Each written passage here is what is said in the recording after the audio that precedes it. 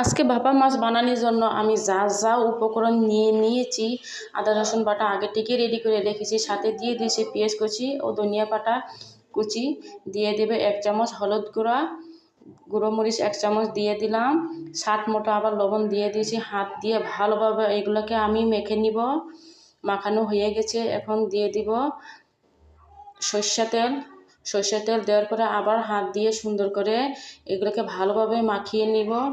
হয়ে গেছে আমার মাখা। এগুলো পাটাগুলো আমি আগে থেকে ধুয়ে রেডি করে রেখেছি। 2-1টা পাটা দিয়ে দিলাম, প্যানের মধ্যে বিছিয়ে দিয়ে দিলাম আগে থেকে মাখিয়ে রাখা মাছগুলো এখানে সুন্দর করে এখানে দিয়ে দিব। একটা কই মাছটা ছিল, আমি এখানে দিয়ে দিলাম।